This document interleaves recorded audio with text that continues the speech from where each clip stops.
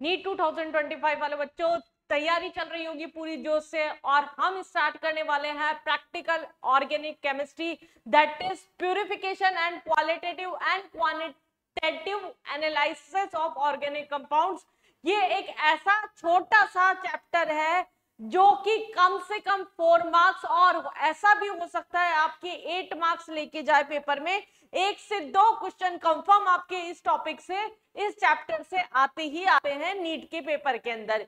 चलिए अब समझते हैं प्रैक्टिकल ऑर्गेनिक केमिस्ट्री में। आपको जो बायो वाले बच्चे वैसे तो उन लोगों को थोड़ा ज्यादा पसंदीदा होगा ये चैप्टर, कॉन्फिडेंस आ जाता है आराम से, आपका एक बार पढ़ा हुआ होना चाहिए क्योंकि ये थोड़ा रट्टा मार चैप्टर है आपका। हम सबसे पहले बात करते हैं प्यूरिफिकेशन मेथड्स की, कि अगर हमारे पास में लाइक कुछ कंपाउंड्स है, ऑर्गेनिक कुछ कंपाउंड्स है, उनको सेपरेट आउट करना है, लाइक ऑर्थोनाइट्रोफिनॉल हो गया, पैरानाइट्रोफिनॉल हो गया, इसको कैसे सेपरेट आउट करते हैं, एनिलीन हो गया हमारे पास, क्लोरोफॉर्म हो गया, इनको कैसे सेपरेट आउट करते हैं, या फिर अगर हम बात कर रहे हैं यहाँ बेंजीन हो गया, टॉलिन हो गया, इसको कैसे सेपरेट आउट करते हैं, तो उसके लिए हमारे पास में कुछ मेथड्स होते हैं। लाइक आपका डिस्टिलेशन हो गया, देन क्रोमेटोग्राफी हो गया, सब्लिमेशन हो गया, क्रिस्टलाइजेशन हो गया। तो क्या होते हैं ये मेथड्स, हम थोड़ा सा ओवरव्यू उसका ले लेते हैं पहले। सबसे पहली बात, अगर हम बात कर रहे हैं यहाँ पर डिस्टिलेशन की, डिस्टिलेशन मतलब हम बात कर रहे हैं बॉइलिंग पॉइंट के बेसिस पर अगर हम सेपरेट कर रहे हैं सब्सटेंस को। 4 टाइप्स के आपके पास में इसकी क्लासिफिकेशन है। सिंपल डिस्टिलेशन आपका क्या होता है, डिस्टिलेशन हम बोल रहे हैं सिंपल डिस्टिलेशन, जब लिक्विड सैंपल्स जो होते हैं उसके अंदर नॉन वॉलेटाइल इंप्योरिटीज होती है जो कि वेपराइज आपकी नहीं हो सकती।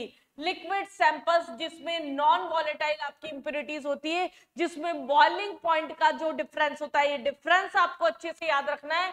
बॉइलिंग पॉइंट का जो डिफरेंस होता है वो 80 केल्विन के और उससे ज्यादा होता है, तो उसको हमने क्या बोल दिया यहाँ पर, इसमें हमने बोल दिया, सॉरी 80 डिग्री सेल्सियस से ज्यादा होता है तो उसको हमने क्या बोल दिया यहाँ पर, सिंपल डिस्टिलेशन। फॉर एग्जांपल अगर हम बात कर रहे हैं mixture of chloroform and aniline की, तो यहाँ डिफरेंस जो है आपका 334 एंड 457 केल्विन है हमारे पास में। ऐसे ही मिक्सचर हो गया हमारे पास में ईथर और टॉलिन का, हेक्सेन और टॉलिन का, इनको हम सेपरेट आउट कर सकते हैं यहाँ पर बहुत आराम से स्टीम डिस्टिलेशन के थ्रू। सेकंड आता है आपका यहाँ पर फ्रैक्शनल डिस्टिलेशन। फ्रैक्शनल डिस्टिलेशन में आपका जो डिफरेंस होना चाहिए वो क्या होना चाहिए, 10 डिग्री सेल्सियस का होना चाहिए। फॉर एग्जांपल पेट्रोलियम इंडस्ट्रीज के अंदर हम इसको यूज करते हैं, या फिर एसीटोन और मिथाइल अल्कोहल, अल्कोहल में 338 है और यहाँ 329 है, इसका हमारे पास में टेम्परेचर केल्विन के अंदर, इसको सेपरेट आउट यूज करने के लिए हमने क्या किया, फ्रैक्शनल डिस्टिलेशन यूज किया। अगला आता है रिड्यूस्ड प्रेशर के अंडर में वैक्यूम डिस्टिलेशन हम जिसे बोलते हैं। वैक्यूम डिस्टिलेशन का मतलब क्या हो गया, जब लिक्विड जो हो गया वो हमारे पास हायर बॉइलिंग पॉइंट के ऊपर, यहाँ पर टेम्परेचर पे हायर टेम्परेचर के ऊपर लिक्विड बॉइल हो रहा है और डीकंपोज हो जा रहा है जैसे ही उसका बॉइलिंग पॉइंट अटैन हो रहा है, जैसे ही पहुंच रहा है। जैसे अगर हमारे पास में कंसेंट्रेशन है हमारे पास में शुगर जूस के अंदर, उसको निकालने के लिए ग्लिसरॉल फ्रॉम स्पेंट लाइट से ग्लिसरॉल को यहाँ पर करने के लिए हम क्या यूज कर रहे हैं, यहाँ पर ये रिड्यूस्ड डिस्टिलेशन हम यहाँ पर यूज कर रहे हैं। अगला आपका आता है यहाँ पर स्टीम डिस्टिलेशन। स्टीम डिस्टिलेशन मतलब वॉलेटाइल नॉन वॉलेटाइल सब्सटेंस को सेपरेट आउट जो करवा रहे हैं। इमिजिबल जो होते हैं हमारे पास में वाटर में, स्टीम वॉलेटाइल होते हैं। Vapour pressure of organic compounds P1 मान लिया, वेपर प्रेशर वाटर का मान लिया, ये टोटल वेपर प्रेशर हमारे पास में होता है। जैसे अगर हम बात कर रहे हैं यहाँ पर एनिलीन को वाटर से सेपरेट आउट कर सकते हैं bye steam distillation. Similarly टर्पेंटाइल oil में जो कंपोनेंट्स हो गए, नाइट्रोबेंजीन हो गया, ब्रोमोबेंजीन हो गया, नैफ्थलीन हो गया, ऑर्थोनाइट्रोफिनॉल हो गया, इन सब के लिए हम क्या है, स्टीम डिस्टिलेशन को यूज कर सकते हैं। तो ये तो आपकी पहली कैटेगरी हुई, डिस्टिलेशन क्या होता है और उससे सेपरेशन कैसे होता है। एक आपका होता है क्रिस्टलाइजेशन, नाम से ही पता पड़ रहा है आपको, क्रिस्टलाइन फॉर्म में इंप्योरिटी सेपरेट आउट हो जाएगी। दूसरा जो मेन समझने वाला पोर्शन है आपका वो है chromatography. Chromatography basically separate out कराती है किसी भी सॉल्यूशन में से एक कंपोनेंट को दूसरे कंपोनेंट में से, किसी के बेसिस पर, मास के बेसिस पर उसकी आरएफ वैल्यू निकलती है आपकी, या फिर कलर पिगमेंट्स जो हम जानते हैं उनको सेपरेट आउट करने के लिए हम यूज करते हैं यहाँ पर क्रोमेटोग्राफी।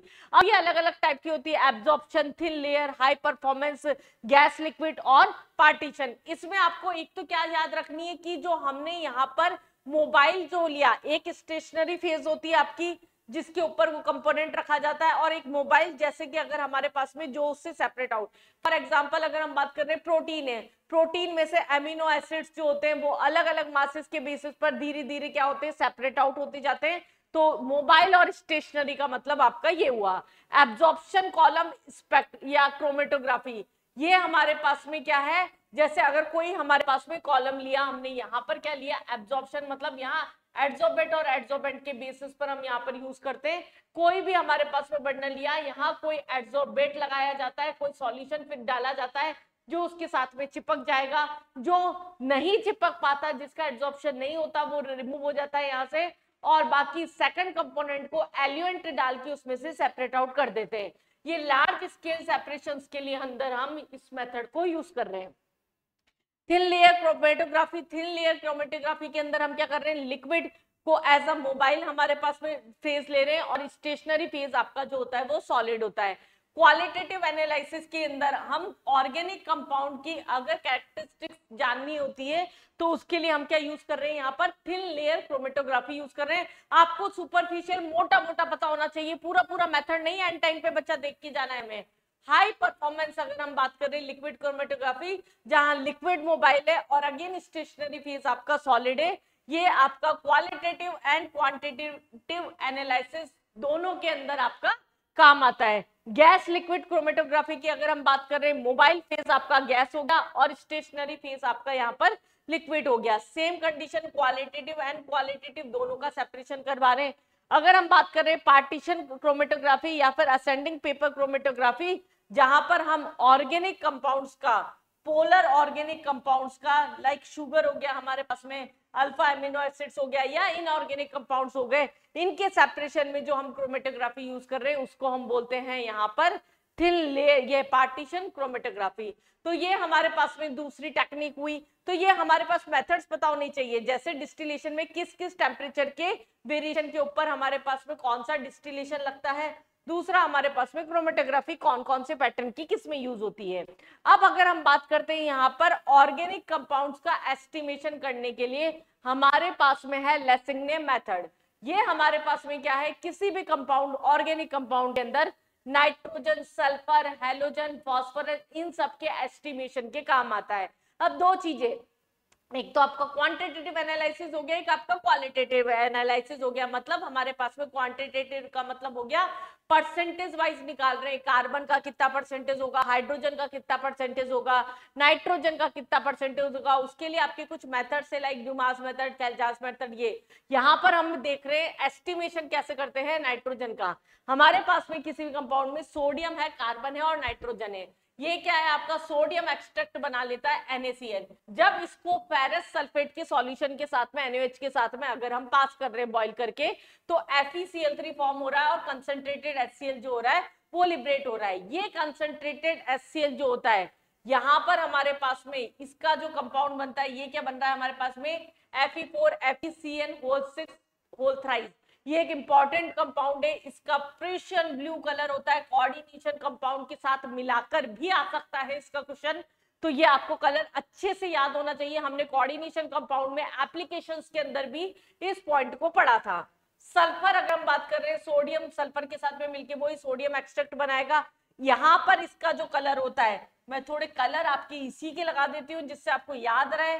डीप वॉयलेट कलर जो होता है आपका, यहाँ पर इसका कलर होता है। ये आपका कलर जो हो रहा है, ये क्या हो रहा है, आपका प्रूशियन ब्लू कलर हो रहा है हमारे पास में।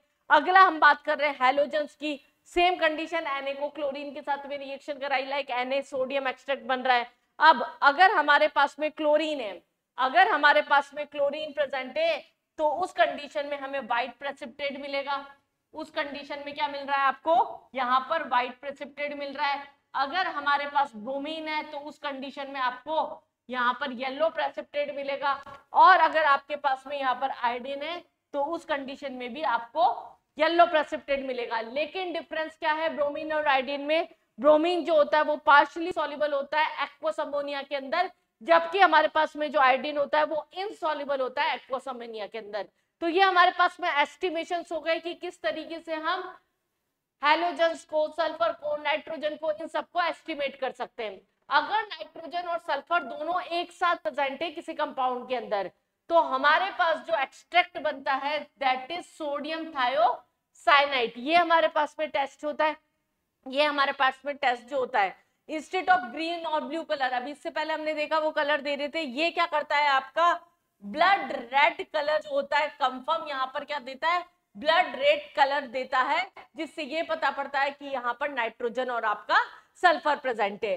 फिर अगर हम फॉस्फोरस की बात करते हैं, यहाँ पर जब Na3PO4 सोडियम फॉस्फेट जो है इसको जब हम HNO3 के साथ में रिएक्ट करवा रहे हैं तो यहाँ पर हमारे पास में बनता है एमोनियम मॉलिब्डेट। ये हमारे पास में हम पहले भी पढ़ चुके हैं, ये जब हमारे पास में येलो प्रेसिपिटेट बनाता है, अगर इस पे फॉस्फेट ग्रुप प्रेजेंट है तो ये क्या बना रहा है आपका येलो प्रेसिपिटेट बना रहा है। तो ये स्पेसिफिक कलर है। बायो वाले बच्चे हो आप, आपकी रेक्टिफिकेशन शक्ति कंपैरेटिवली अच्छी होती है, ज्यादा होती है, तो आपके लिए ये टॉपिक करना बहुत ही आसान है बच्चा। +4 मार्क्स कंफर्म करेगा आपका ये छोटा सा वीडियो, ध्यान रखिएगा। ऐसा भी हो सकता है आपकी किस्मत अच्छी हो तो ये 8 मार्क्स भी लेके जा सकता है पेपर के अंदर। अगर अभी भी आपने चैनल को सब्सक्राइब नहीं किया तो कर लीजिए, क्योंकि मैं पूरा कंप्लीट फिजिकल केमिस्ट्री, पूरा कंप्लीट ऑर्गेनिक केमिस्ट्री और organic chemistry already one shot में 4-4, 5-5 घंटे के अंदर पूरा कंप्लीट केमिस्ट्री डाल चुकी हूँ। 12 घंटे के अंदर लगभग आपको पूरी केमिस्ट्री कंप्लीट मिल जाएगी। अगर आप चैनल पे अगर जाके देखेंगे वीडियोस केमिस्ट्री की जो प्लेलिस्ट है उसके अंदर आपको पूरा का पूरा तीनों वीडियोस मिल जाएंगे। प्लस अब मैं आपके साथ में शेयर ऐसे वीडियोस कर रही हूँ छोटे छोटे जो आपको +4 मार्क्स की तरह लेती चली जाएगी। और फिर हम इंपॉर्टेंट चीजें लेके आने वाले हैं। क्वालिटेटिव एनालिसिस की अगर बात कर रहे हैं, मतलब अमाउंट वाइज अगर हम बात कर रहे हैं अब, तो कैसे हमारे पास में कितना परसेंटेज प्रेजेंट है, कितना परसेंटेज प्रेजेंट है अलग अलग ऑर्गेनिक कंपाउंड का, उसके बारे में बात की जा रही है। सबसे पहले बात करते हैं हम ऑर्गेनिक कंपाउंड जिसमें कार्बन और हाइड्रोजन प्रेजेंट होते हैं। उसके लिए जो मेथड है उसको हम बोलते हैं लैबिक कंबशन मेथड। मेथड्स के नाम आपको याद होने चाहिए। कभी कभी सीधा ये भी पूछ लिया जाता है लाइक ड्यूमास मेथड किसके एस्टिमेशन के अंदर आपका यूज होता है, तो ये क्या है आपका कार्बन और हाइड्रोजन के एस्टिमेशन के अंदर आपका मेथड यूज हो रहा है। कोई भी ऑर्गेनिक कंपाउंड अगर इसको क्यूप्रिक ऑक्साइड के साथ में आप यहाँ पर हीट करवा रहे, रिएक्ट करवा रहे, हीट करा रहे हैं यहाँ कंबंशन ट्यूब के अंदर, तो यहाँ जो भी ऑक्साइड का मिक्सचर मिलेगा उसे पास करने पे एनहाइड्रस कॉपर सल्फेट या यहाँ एनहाइड्रस कैल्शियम क्लोराइड जो होता है वो आपका यहाँ पर लिबरेट होता है। जैसे ही हमारे पास में इंक्रीज होता है वेट ए का, जो भी हमारे पास में है 1 ग्राम हमने ले लिया, उसका पास करते हैं अगर इसी QH के साथ में या सेफोलिन रेजिन के साथ में, तो वेट जो होता है 20 ग्राम जो होता है वो आपका इंक्रीज हो जाता है। पर इतना ना याद रखिए, अगर मैं सीधी सी बात बताऊं कि हाइड्रोजन का परसेंटेज क्या होता है, ये डब्बे का फॉर्मूला आप सीधा याद रखना। टोटल वाटर कितना प्रेजेंट है आपके पास में 18 ग्राम, 18 ग्राम, उसमें से हाइड्रोजन कितना है 2 ग्राम। फॉर्मूले को याद करने का तरीका बता रही हूँ, 18/2, सारे फॉर्मूले ऐसे नहीं लेंगे, एक को समझ लीजिए। वेट ऑफ ऑर्गेनिक कंपाउंड जो भी होगा और उसमें अंदर से H2O का वेट कितना है इंटू 100, सिर्फ हमें ये करना है। सिमिलरली अगर हम बात करते हैं यहाँ कार्बन के परसेंटेज की, अगर कार्बन के परसेंटेज की बात कर रहे हैं तो कार्बन डाइऑक्साइड लिबरेट हो रहा है। कार्बन डाइऑक्साइड कितना है टोटल 44 में से कार्बन का अमाउंट कितना है 12, तो 44 में से कार्बन का अमाउंट आपका हुआ 12।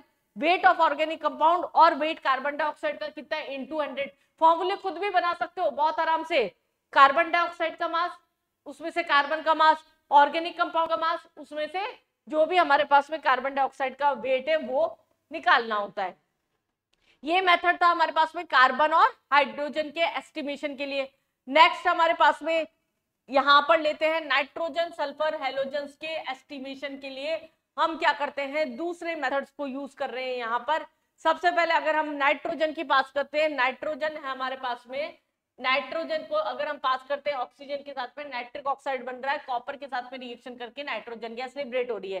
सिमिलरली अगर हम बात कर रहे हैं हैलोजन की, तो हैलोजन जो है हमारे पास में सिल्वर के साथ में पास करके AgX बन रहा है, CuH2 के साथ में AgX बन रहा है। और अगर सल्फर की बात कर रहे हैं यहाँ पर, तो जो भी हमारे पास में क्रोमेट आयन होता है Cr+6 होता है, ये +3 में कन्वर्ट हो रहा है, सल्फाइड जो है सल्फेट +6 में कन्वर्ट हो रहा है।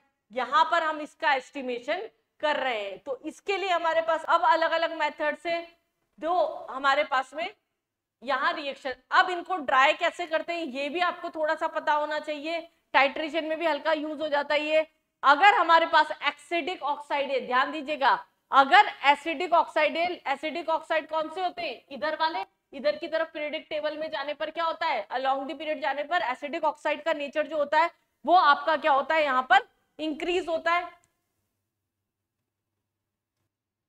तो यहां हमारे पास में एसिडिक ऑक्साइड की अगर हम बात कर रहे हैं तो ये क्या है, हमारे पास में एब्जॉर्ब हो जाते हैं एल्कलाई, हमारे पास में सॉल्यूशन KOH हो गया, NaOH होता है, इनसे एब्जॉर्ब हो जाते हैं। सिमिलरली अगर बेसिक ऑक्साइड है तो वो डिसॉल्व हो जाते हैं आपके H2SO4 के अंदर, HCl के अंदर, ये हमें याद रखना पड़ेगा। फिर अगर एसिडिक ऑक्साइड की बात करें तो ये बेसिक डिहाइड्रेटिंग एजेंट की प्रेजेंस के अंदर नहीं एब्जॉर्ब होते, जैसे कैल्शियम ऑक्साइड में सोचे नहीं हो पाएगा वो हमारे पास में यहाँ पर। और बेसिक सब्सटेंस जो होते हैं वो ड्राई नहीं होते एसिडिक डिहाइड्रेटिंग एजेंट के अंदर, लेकिन हमारे पास में basic dehydrating agent like calcium oxide हो गया, उसके अंदर ये क्या होते हैं, यहाँ पर डिहाइड्रेट हो जाते हैं। तो उसमें से एक तरीके से डिहाइड्रेशन करना, पानी उड़ाना, उसकी कंडीशन ये हमारे पास में होगी।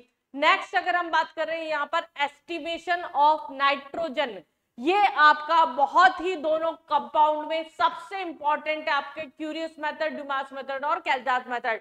ये लास्ट के जो 10 मिनट है यही क्वेश्चन सेट करते हैं जनरली। इसमें से डुमास मेथड आपका होता है किसी भी ऑर्गेनिक कंपाउंड में से नाइट्रोजन का एस्टिमेशन। नाइट्रोजन के एस्टिमेशन के लिए हम क्या यूज कर रहे हैं यहाँ पर, डुमास मेथड। हमने क्या किया था, कार्बन डाइऑक्साइड के क्यूप्रिक ऑक्साइड के साथ पास करा, ऑक्साइड बना, Cu के साथ पास किया, नाइट्रोजन गैस ली, उसको फिर पास किया KOH के साथ में, मॉइस्चर निकल गया, नाइट्रोजन गैस, डिहाइड्रेट जो हाइड्रेटिंग एजेंट यूज किए थे उससे हमने नाइट्रोजन को यहाँ पर ड्राई कर लिया। ये सारा प्रोसेस मैंने आपको समझाया। एक लाइन में अगर बात करें तो सिर्फ आप ये लाइन याद रख सकते हैं, आपको आगे का मेरा सुनने की जरूरत ही नहीं थी, एक तरह से समझाया था। अब अगर हम बात करें फॉर्मूले की, तो नाइट्रोजन का कितना अमाउंट यहाँ वॉल्यूम की टर्म में जाता है, तो हम वेट की टर्म में नहीं लेंगे। जब ड्यूमास मेथड की बात कर रहे हैं तो टोटल हमारे पास में लीटर कितना होता है, 22.4 लीटर होता है, ml में हमने लिया, यहाँ पर 28 ग्राम उसमें से नाइट्रोजन का प्रेजेंट है। वेट ऑर्गेनिक कंपाउंड का जो भी है, अब यहाँ पर वेट नाइट्रोजन का ऊपर वेट नहीं लेंगे, यहाँ क्या लेते हैं हम, वॉल्यूम लेके चलते हैं, क्योंकि हमने जो इसका जनरल है वो वॉल्यूम लिया है, मतलब हमने सिंपल वेट अपॉन मास लगाया है सीधा सीधा। तो वॉल्यूम हमारे पास में यहाँ पर वॉल्यूम अपॉन जो STP पे वॉल्यूम होता है वो यूज किया है यहाँ पर NTP पे, ये हमारे पास में इसका फॉर्मूला हो गया। दूसरा मेथड इसी का नाइट्रोजन के एस्टिमेशन का आता है आपका कैजार्डिस मेथड। ये मेथड हमारे पास में नाइट्रोजीनियस ऑर्गेनिक कंपाउंड है उसके लिए हमारे पास में यूज करते हैं। जो भी ऑर्गेनिक कंपाउंड है कंसंट्रेटेड H2SO4 के और यहाँ पर कॉपर सल्फेट के साथ में अगर रिएक्शन करवा रहे हैं तो यहाँ पर हमारे पास में क्या है, अमोनियम सल्फेट मिलता है और यहाँ से NH3 जो होता है वो लिबरेट हो जाता है। और इसका जो परसेंटेज है वो किसकी टर्म में निकालते हैं हम, यहाँ पर 1.4 ये हमने डिराइव कर रखा है इसका, N1V1 = N2V2। इसका मतलब नहीं है आपको ये फॉर्मूला भी याद रखे जाना है पेपर के लिए। नॉर्मेलिटी जो भी हमारे पास में एसिड है, जो भी एसिड यहाँ पर यूज हुआ है उसकी नॉर्मेलिटी इनटू जो भी वॉल्यूम है एसिड का divided by weight of organic compound, मतलब नीचे तो ऑर्गेनिक कंपाउंड का वेट होगा। अब किस टर्म में हम उसे एस्टिमेट कर रहे हैं, केवल हमें फॉर्मूले में बस ये याद रखना है। जो डब्बे में दी गई चीज है आपको केवल वो पढ़ के जानी है बच्चा, एंड टाइम पे रिवीजन चल रहा है, क्योंकि ये हमारे पास में था नाइट्रोजन का एस्टिमेशन। अगर अगला हम बात करते हैं सल्फर का एस्टिमेशन, जिसके लिए हम यूज करते हैं यहाँ पर कैरियस मेथड। ऑर्गेनिक कंपाउंड HNO3 के साथ में रिएक्शन कराते हैं BaCl2 के साथ में, तो बेरियम सल्फेट एज अ यहाँ प्रेसिपिटेट फॉर्म होता है जिसको हम ड्राई कर लेते हैं, फिर हमारे पास इसकी फ्यूजन करवाते जाते हैं। तो ये हमारे पास में काम की चीज वापस क्या है, परसेंटेज ऑफ सल्फर। क्या करें, बेरियम सल्फेट, ये जरूर याद रखिएगा कि क्या निकल रहा है। जैसे कार्बन डाइऑक्साइड का कर रहे थे हम, कार्बन का कर रहे थे, कार्बन डाइऑक्साइड निकल रहा था उसका मास लिया था, बेरियम सल्फेट निकल रहा है 233 हमने उसका मास ले लिया। इसमें से सल्फर का मास कितना होगा आपका 32 होगा, 32 हमने ऊपर ले लिया।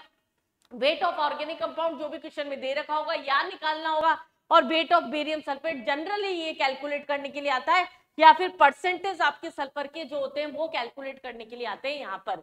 तो ये आपके बहुत ही डब्बे वाले फॉर्मूले हैं जो कि आपको क्विकली रिवाइज करके जाने। और कैरियस मेथड यूज होता है हैलोजेंस के लिए भी, हैलोजेंस क्लोरीन, ब्रोमीन और आयोडीन के एस्टिमेशन के लिए। सिमिलरली HNO3 AgNO3 के साथ हमें क्या याद रखना है, बस ये AgX, ये एज ए प्रेसिपिटेट फॉर्म हो रहा है, ये याद रखना है। तो हमें क्या याद रहेगा, लाइक AgCl है तो AgCl का मास ले लिया नीचे, AgBr है तो AgBr का मास ले लिया, AgI है तो हमने AgI का मास ले लिया। उसमें से सब कंपोनेंट के एलिमेंट्स के कितने, इसका 35.5 है, इधर ब्रोमीन का 80 होता है, आयोडीन का 127, और नॉर्मल फॉर्मूला बना दो weight of organic compound upon जो भी ये कंपाउंड था AgCl, AgBr और AgI। सब फॉर्मूलों का सीधा ट्रिक है, जो कंपाउंड लिबरेट हो रहा है उसका जो वेट है उसमें से उस पर्टिकुलर एलिमेंट का कितना वेट है, ऑर्गेनिक कंपाउंड का कितना वेट है, उसमें से फिर उसका हमारे पास में यहाँ पर कितना वेट है, मास, सॉरी इधर मास ले रहे हैं इधर वेट ले रहे हैं।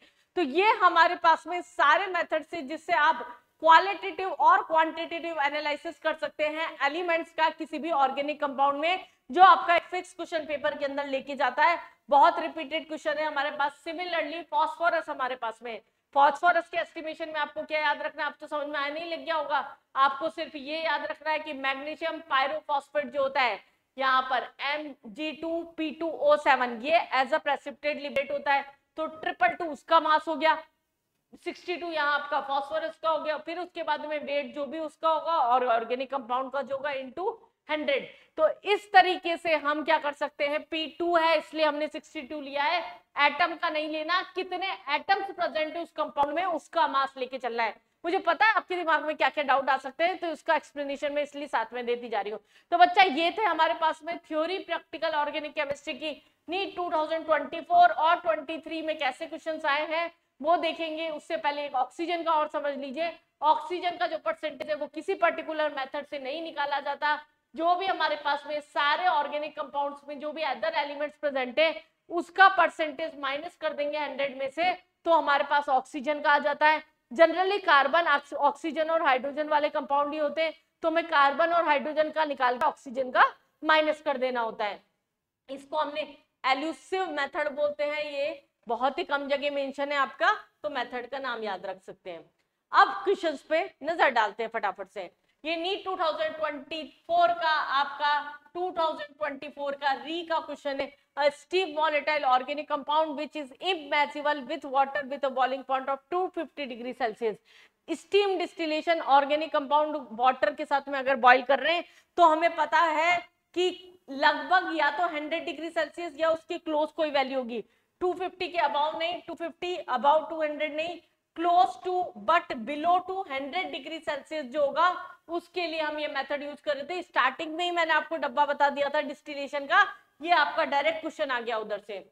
सिमिलरली ये मेथड आपका पूछ लिया कि यहाँ पर क्या है, सॉलिड सब्सटेंस को वेपराइज करने के लिए। अब इसमें तो कुछ समझने वाली बात ही नहीं थी, सॉलिड और गैस का हम क्या करते हैं, सब्लिमेशन करते हैं, ये आपका सीधा क्वेश्चन हुआ।